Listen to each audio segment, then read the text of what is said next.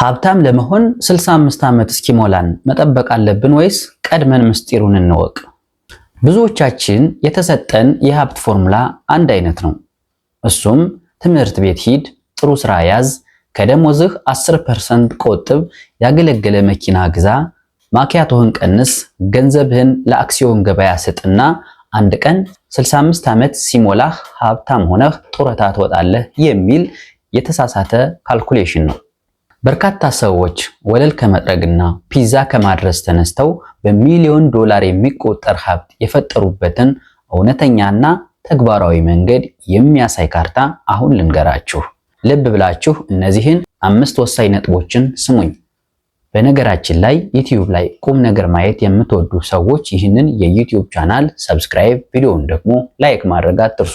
ነጥብ 1 ጠንክረህ አትስራ። ያለ አቅጣጫ ዝም ብለው ቢደክሙ ትርፉ ላብ ነው። ለመልፋትም አህያም ይለፋል። ሚሊዮነሮች አስተውለው ያልማሉ እንጂ ያለ እረፍት አይደክሙም። የቀን ሰራተኞች ይለፋሉ ግን ከዕለት ጉርስ አያልፉም። ተቀጣሪዎችም ይለፋሉ ግን የሚበቃ ደሞዝ አያገኙም። ሚሊዮነሮች ጥቂት ይሰራሉ ግን ከሁሉም በላይ ሀብት ያገኛሉ። የሀብት ምስጢሩ መድከም ሳይሆን መቀመር ነው። ቀምር፣ አስላ፣ እንደ ሚሊዮነር አስብ። እንደ አህያ ከመልፋት ትድናለህ።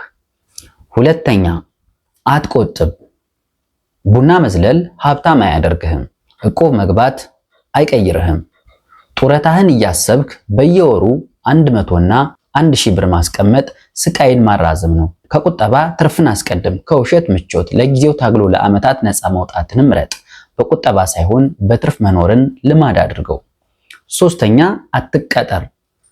ደሞዝ ህልምህን ለመርሳት የሚከፈልህ ማደንዘጃ ነው።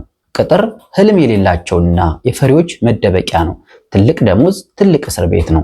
ስትቀጠር 2 ጊዜ ትጎዳለህ። አንተ ለፍተህ ሌላ ሰው ታከብራለህ። ላብህን እንደበላህ ሀብት ሳታፈራ ታረጃለህ።